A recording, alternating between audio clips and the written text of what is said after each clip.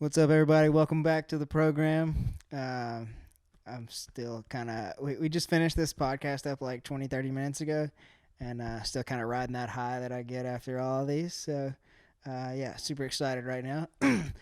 This podcast is with Alexis Belton. Alexis and I went to high school together, and she's a professional golfer. We go through her story from pretty much beginning to now as to some of the things that she's gotten to do and accomplish, and places that she's been and experiences that have occurred, and just kind of her outlook on life currently, and what a little bit of what the future holds as well. Yeah, Alexis is pursuing to join the LPG. And she is currently competing on the world stage for long drive. Both very exciting events and exciting programs to be a part of. Also very different, and we get into that a good bit. So, yeah. I don't know.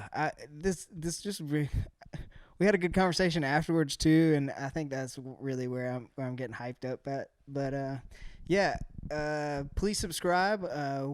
We're still trying to get to 1,000 on YouTube. A little good ways away from that. But yeah, if you enjoy this podcast and you want to see more of them, there will be more of them. So please subscribe if you enjoyed it that much. Share with a friend. Talk to your coworkers about it around the water cooler or whatever. I do have stickers if you want some. Hit me up. We can make that happen as well. So, yeah, I'm just super happy right now. I got a lot of love in my heart, and thankful for each and every one of you watching this. So, yeah, tell me what you think, and enjoy the podcast. Peace.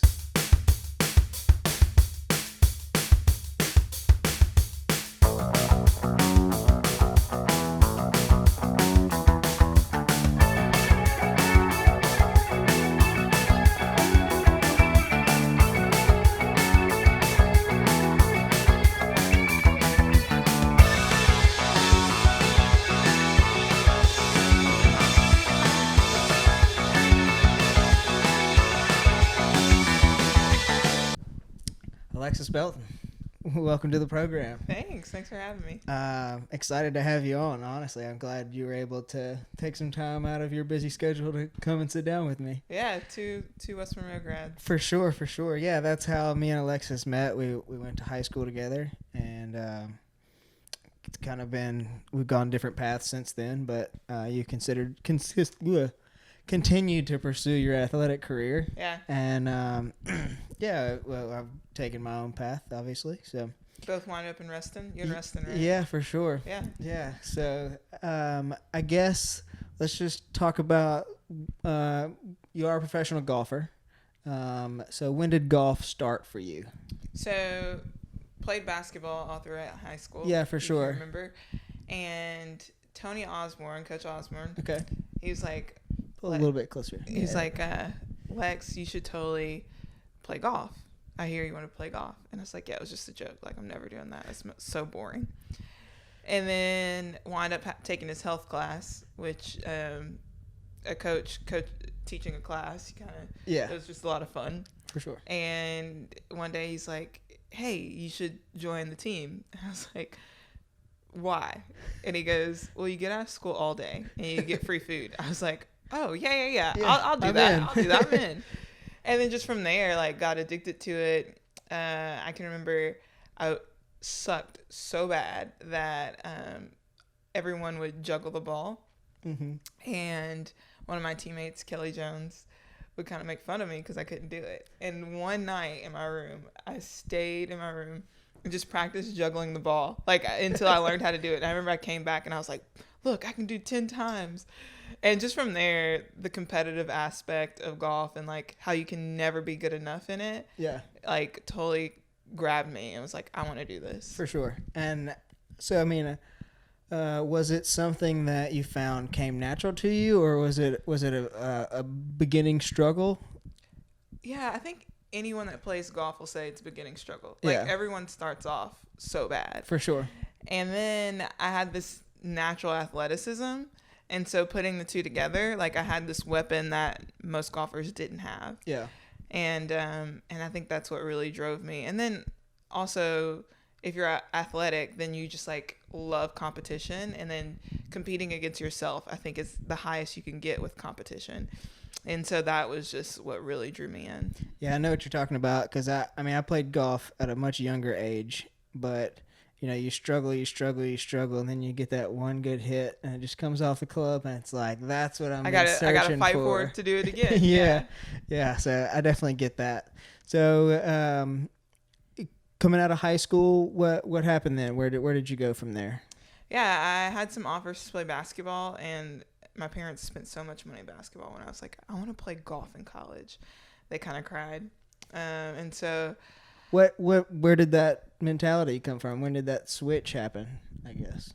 Honestly, I think I accomplished everything that I wanted to in golf. I wanted to go to a big D1 college, and I wanted to know that I would go to a school that could compete for a national championship.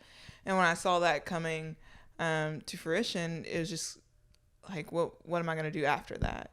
And also, I had a coach tell me when talking about it, the coach was like, well, you're going to regret this, and we don't need you, and just kind of lit into me. And I was like, okay, cool. I'm out. Like, he definitely pushed me a little bit off the edge of, like, we'll see. Yeah. And, and so I decided my senior year to pursue a golf career, and knew that I wanted to play professionally one day when I made that switch. Yeah.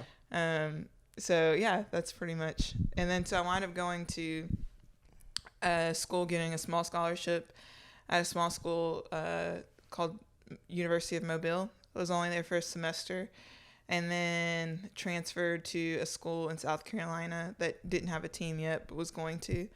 That didn't work out there, and then I had to really humble myself and go to a college that I said I'd never go to, and had to walk onto the team where I was offered. And so it was really, really humbling, and then had to earn my scholarship and earn my stay. And then that was kind of. And where was that at? University of Texas Wesleyan. Okay. Fort Worth. Okay. So can you go into a little bit more detail about what happened in Carolinas?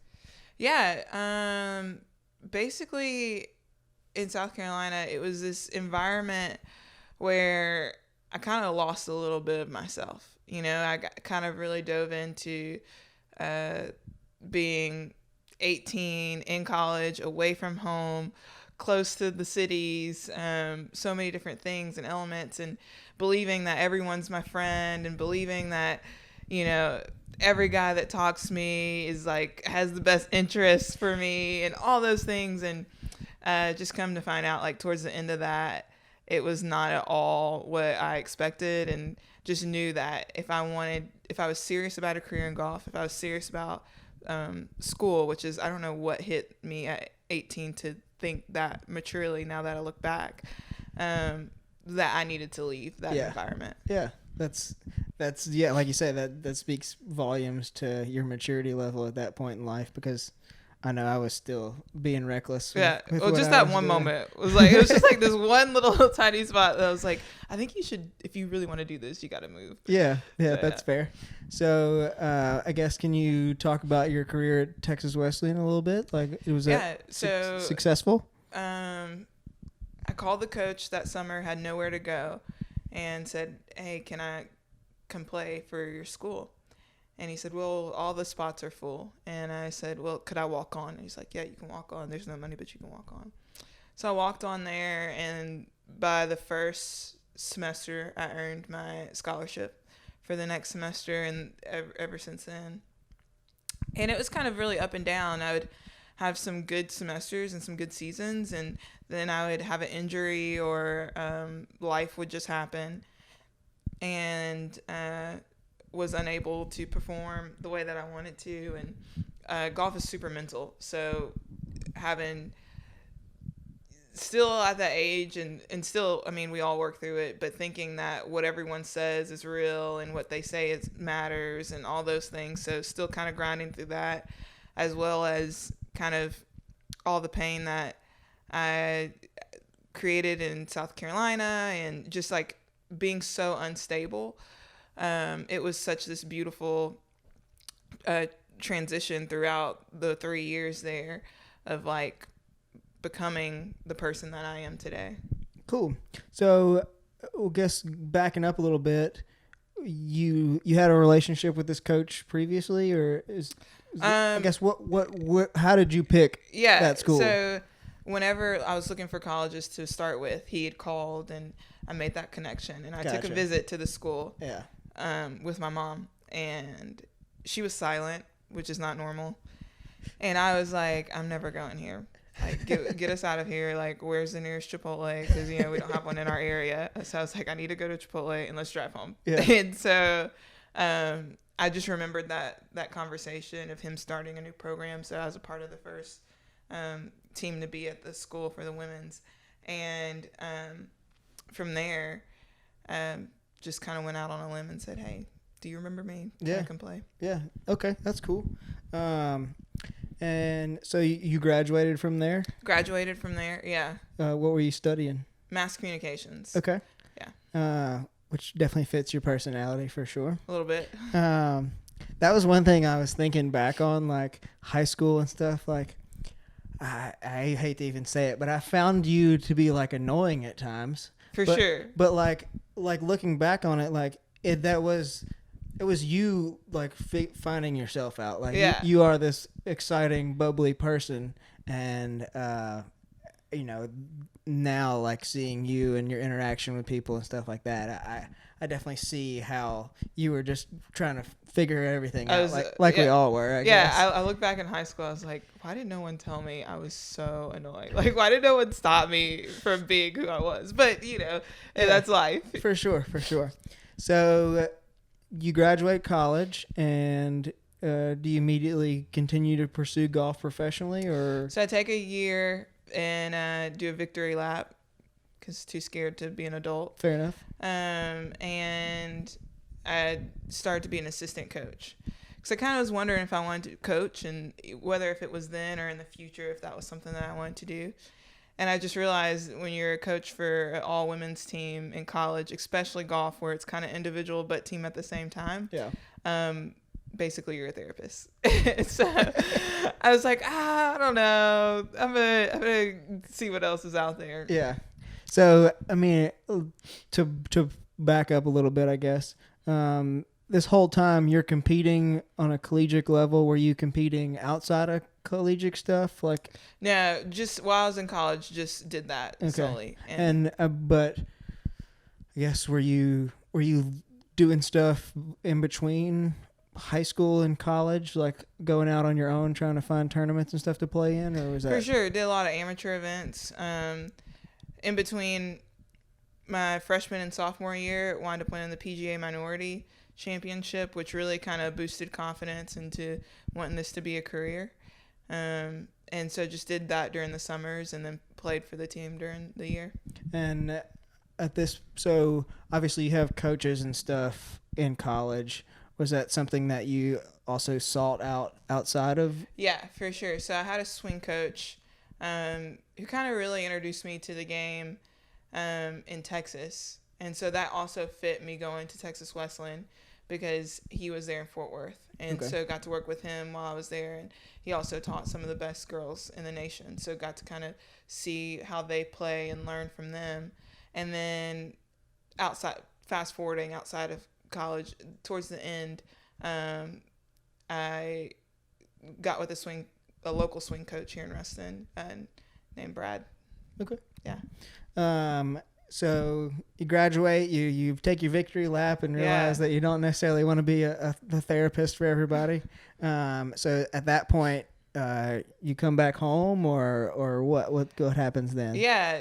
See, the way my bank account was set up, I had to come home if I really wanted to pursue that. And I love Fort Worth so much. And even Well, see, I was scoping out your Facebook earlier, and your location is still Fort Worth, and I was like, man, I didn't remember her being over there. I'm too scared to change it because I like want to be there eventually, so I'm trying to speak it into the future. For sure, I'm a big believer in that. Yeah. So yeah, I don't even remember what the question was. Yeah, you came back home. And yeah. So I came back home, and then kind of playing in tournaments and started the professional career. Actually played as an amateur for about another 6 months or so. Really, really scared to call myself a professional golfer because of where I was, my level at that point. And so I just played in fear for another 2 years. I was about to say, was that a mentality thing, or was that like physically where you were on a skill level, or all mentality? Yeah, just like very fearful of like what people would say, kind of that same thing. And when are you going to get a real job? And so I would get that. I still get that often. Yeah. And so I always go, well, when are you going to stop working at the bank and get a real job? You know, like, yeah. And like if it was like, oh, well, how much are you making? Well, how much are you making? You know, and then people kind of see like, oh, that is kind of an invasive question. Yeah. And so just kind of had to build into being confident and being like, okay, I'm a professional golfer. Yeah. And that's what I'm doing. Yeah.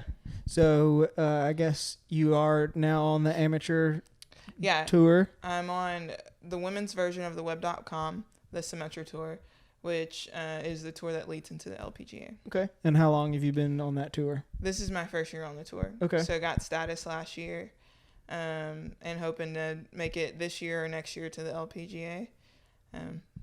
So on that tour, that's is it a national tour here in the United States, or? Yes, that one's national. Okay. And then I also participated this year and last year in the Australian ladies tour. Yeah, I've seen you in Australia and all over the place. Yeah. I guess tell us about Australia, how you got that opportunity, and what a little bit about your experience there, I guess. Yeah, I just noticed that there is a lot of free time in the States. Hard to find tournaments in the winter. So I wanted to find an opportunity to play somewhere and trying to look at some of the best players and what they do. And a lot of them are girls from overseas, and they play all year round. And a lot of them go play in Australia. So I was like, I want to go play with the best of them and kind of put my game to the test and Definitely. see if I really want to do this.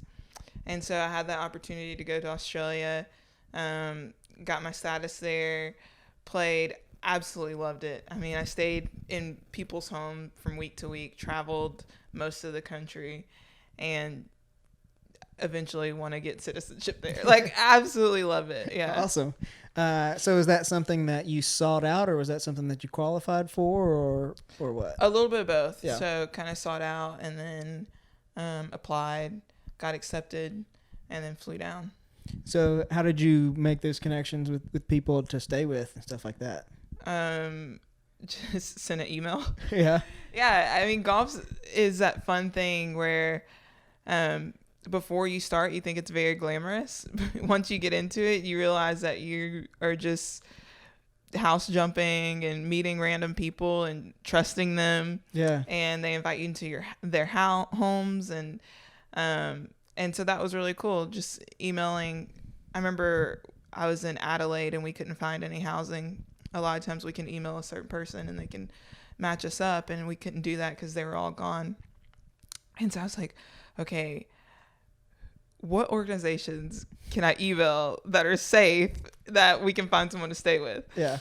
And then I was like, well, if I was in the States, I would do churches and nonprofits. I was like, I don't know if there's a lot of churches here. Yeah. So we researched churches, we researched nonprofits, got this family that was like, yeah, sure, you can stay with us. I stayed with them, and it was awesome. So it's really kind of just hoping things come together. Yeah, it sounds like an adventure for sure. For sure, yeah. You never know what you're going to get. Yeah. And you were doing that up until just a couple months ago, yeah? Yeah, this year I left in January, came back March. Okay. And so now to switch gears golf-wise, you also participate in like the long drive competition. Yeah.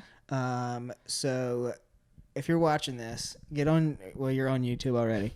But pause this video, look up Alexis Belton. She's not the girl doing the vlogs, but there's a video of you of you doing some drives at a competition, and I think you hit 329 as you're long on that video, which is awfully impressive as far as I'm concerned. What I found intriguing about it was like you have a timer.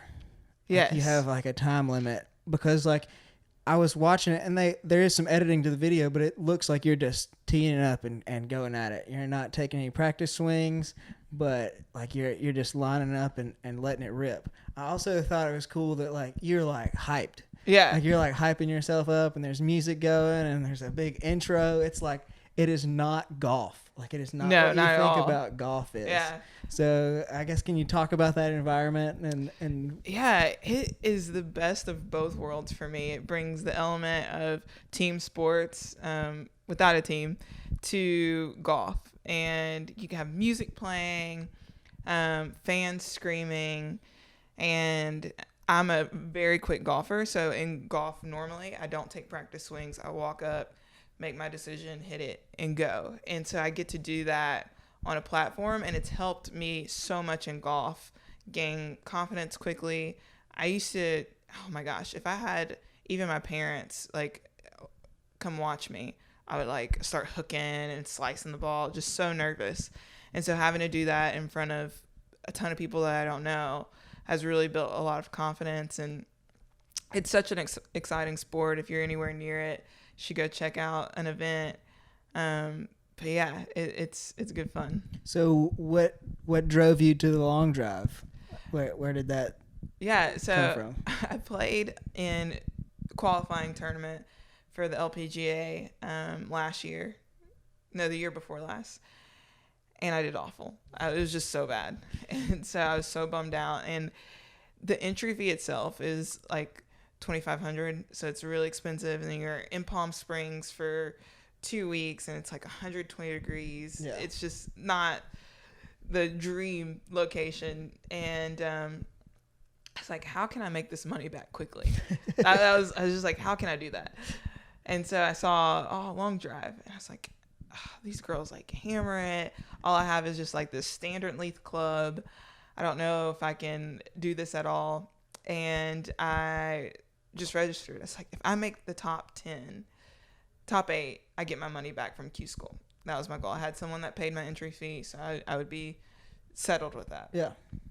And I showed up and swung it well. I was like, wow, the fairway's huge, and put some good swings on it. Wound up in the top 4, and made a little bit more than I expected. And I was like, I got to do this again. You can make more than you do in a mini tour tournament. So I just kind of stuck with it, and it's definitely helped opportunities for sponsorships, and has really helped me and given me the ability to just travel across America and just show up for a day and hit some balls. Yeah. So a couple things there. You mentioned one that you were using a different club. Like, I guess they use longer. So they use longer length clubs in long drive, and sometimes a hotter club head, so it'll go a little bit further. Can you explain what that means? Yeah, so it takes off the spin off the ball. The more spin that you have on the ball, the easier it is for the ground to grab it. But with a hotter face and a longer club, with the longer club you get more swing speed, and then with a hotter face it can kind of roll out for a long time. So is it flatter, the face, or is it just smoother, or? It's something, the way that they build it. Yeah, it's different. Yeah. If you were to see one, you go, okay, yeah. But you have to have the longer shaft for like more flex and all that, I guess, is what? Yeah, the longer shaft. So the longer your club is, the higher your swing speed gets from. And I guess a great way to explain that is, if you're hitting a wedge, your swing speed's going to be a lot lower because the distance is a lot shorter, versus if you're hitting a driver. Right. And so that same concept continues on the longer the club gets. And so if you lengthen it, but it's all still USGA standards. Okay. So yeah, and you just lengthen it a little bit, and it gives you a little bit more speed, and launches a little bit longer. That's interesting, I guess, to make everything fair and stuff like that. But I would just assume that they would make the rules to where you can really just do whatever. Yeah. You also mentioned like your confidence level changed at some point. do you know when that was, or was it a certain event that happened? I don't know. Yeah, I definitely say it was that first event in Long Drive that Yeah. really helped my confidence in swinging a golf club. Just to get kind of thrown into the fire and Yeah, and just make it like, happen. hey, you're doing this. Hey, can we grab you? Hey, blah, blah, blah, blah. I'm like, didn't even have a chance to think. The only thing, that opportunity that I had the chance was to live in the moment and react to what's going on. And that in itself taught me so much of like how I should play golf, how I should live life, so many different things. Yeah. Of just like being confident in the moment and really being present. That's cool. And you've done multiple long drive competitions now. Yeah. And had some success at a couple of them. Yeah. I noticed you won like the Canyons event or something like that. Yeah, so I won the first event last year, my second tournament, and it was a lot of fun. Yeah. It was really funny because I had no one there. It was just me. And so I won, and I was like, cool. Yay me. You know, yeah. All right, I'll take this back to my car myself. Yeah. So I notice also, like, I guess it's probably a much smaller field of people you're competing against. Yes. Is it more of a tight-knit community in that way as well? I think it's growing to be that way. Long Drive is still kind of, it's been around for a long time, and for the women, but it's been such a consistent group of people now that it's kind of, now it's changing as it evolves and grows. And the one thing that I love about golf is you're spending 4 hours with a person on a course, and you're there for a week, and so you are forced to have lunch, and everyone's from different countries, so you're able to really enjoy different cultures. In Long Drive, for the women, it's just a day, so you show up, you hit, and you leave. And so the more I play, the more I'm able to get to know the other girls and some of the guys, but it takes a while. For sure. It kind of looked like maybe you were one of the younger competitors as well. Is that the case? Yeah. A lot of the girls have been doing it for a long time, and so they've kind of grown up with the sport. But some new faces are coming in, and I'm included in that. And so just happen to be a little bit younger, although I feel kind of old. Fair enough. I mean, did you get a warm welcome, or were they, like? Yeah, totally warm welcome. Yeah, everyone was really nice. I can remember showing up, having no idea what to do, and some of the women are like, okay, the tee's a little bit different than the grass, and you should check this out. Go take a look at this, and what's your name? And all those same things that, you want someone to do to you that you still do to other people. So it's a great community that when someone new comes in, they're embraced. That's cool.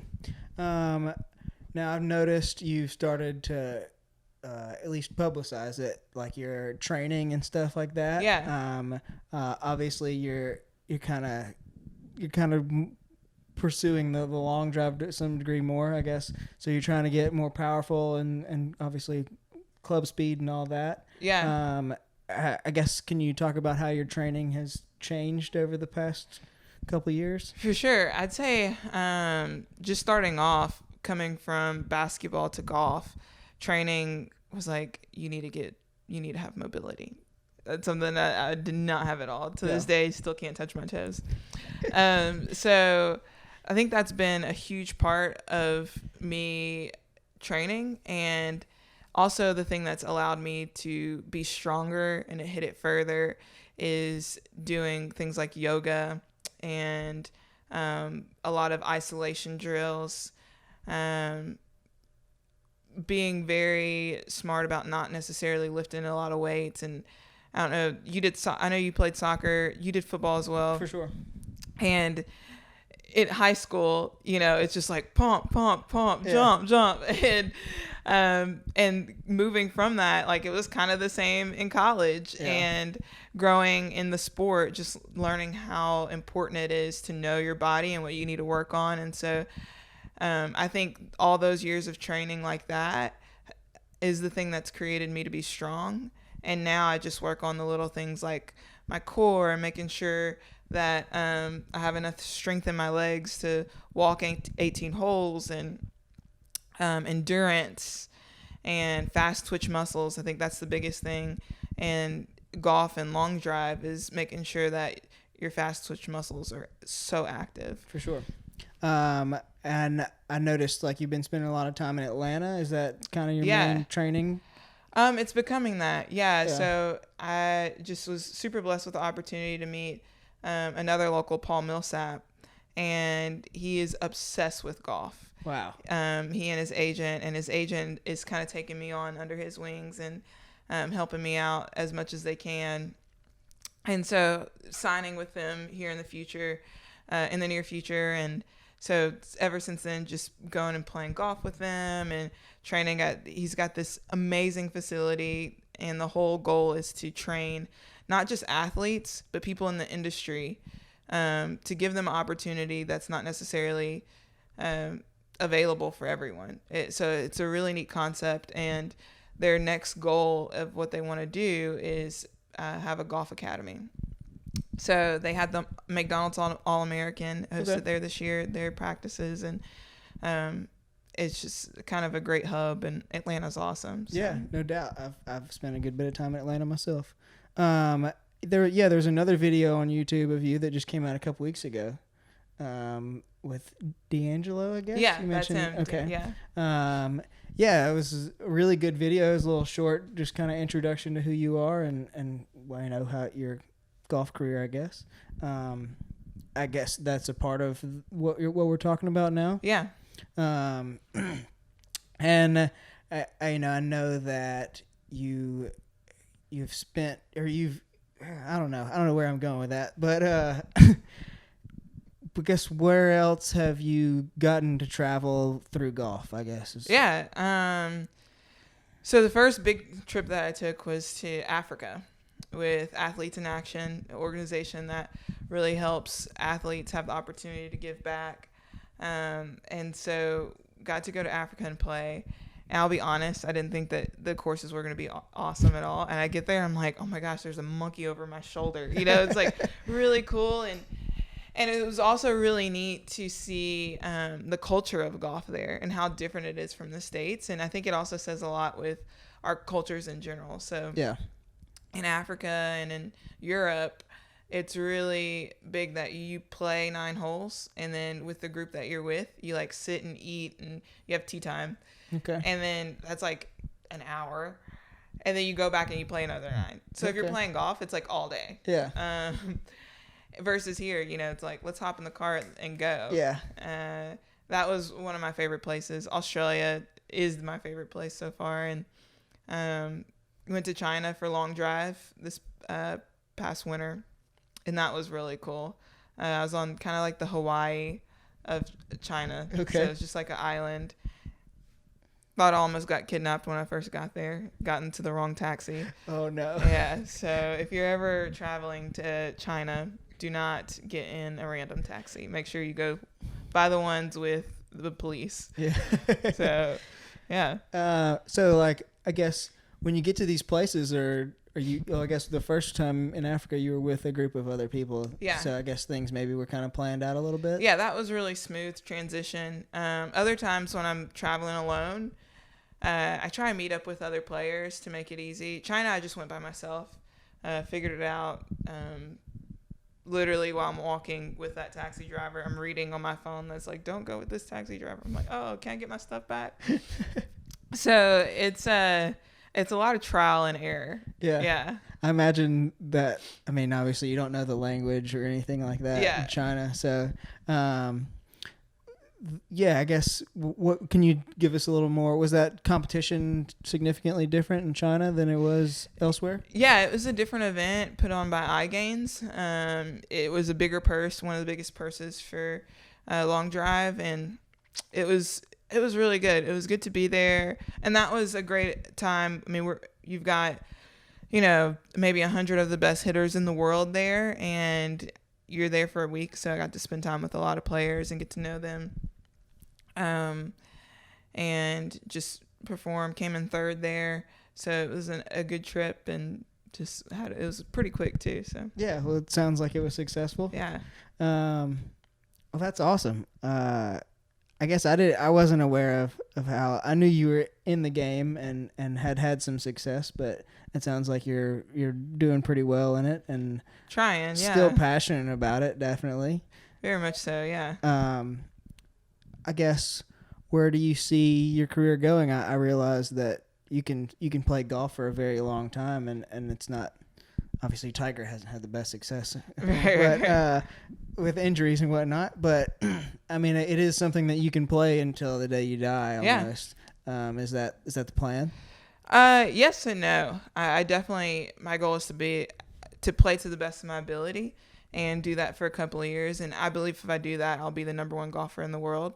And so I'd like to achieve a lot on the golf course, and still do things with long drive as I continue on. It might slim down a little bit, but that's kind of one of the things that has helped my career. So never want to kind of shut it out. But my biggest goal is to have the ability to give people the chance that I didn't, to really get people involved in golf, just because it can change your life in so many different ways. If you play competitively or not, it's one of those things where the deals are made for business. Networking is huge on a golf course, and to teach people that, I have one of the best caddies that exists right now. He's so awesome. He's caddied for some of the best players on tour.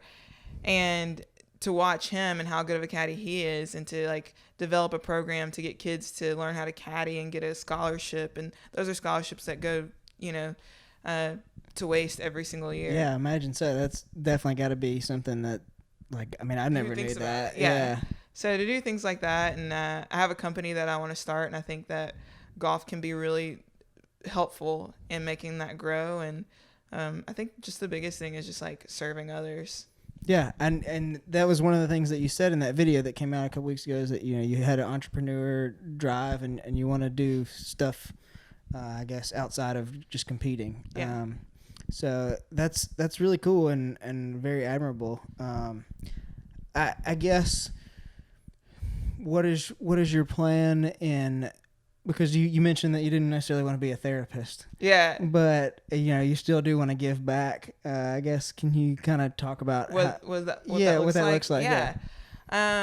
So in the company that I desire to start, it's kind of a mixture of a lifestyle brand as well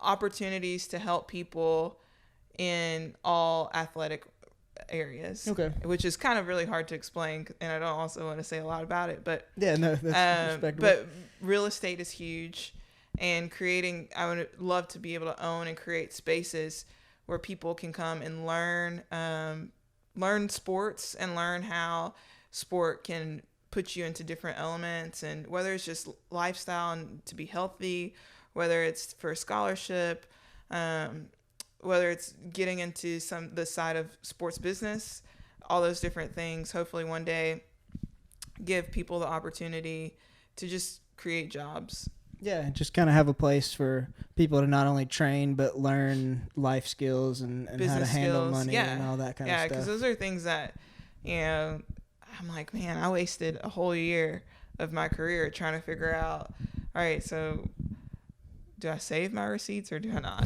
And then tax season hits and you're like, save the receipts, or should I do this or should I not do this, or why am I wasting money on this, and a lot of different things like that. But hopefully do more than just start a foundation. I think one of the biggest things that I've seen and that I have learned is that I can go out and win as many tournaments that I want and not change the golf industry or the world, but what I can really do to change and give opportunities to minorities and to women in the game is to be a CEO of a company that says, hey, we not only run this tournament, but we have this many sponsors for this many women. We have this much for this. And to be in that role to actually make a difference.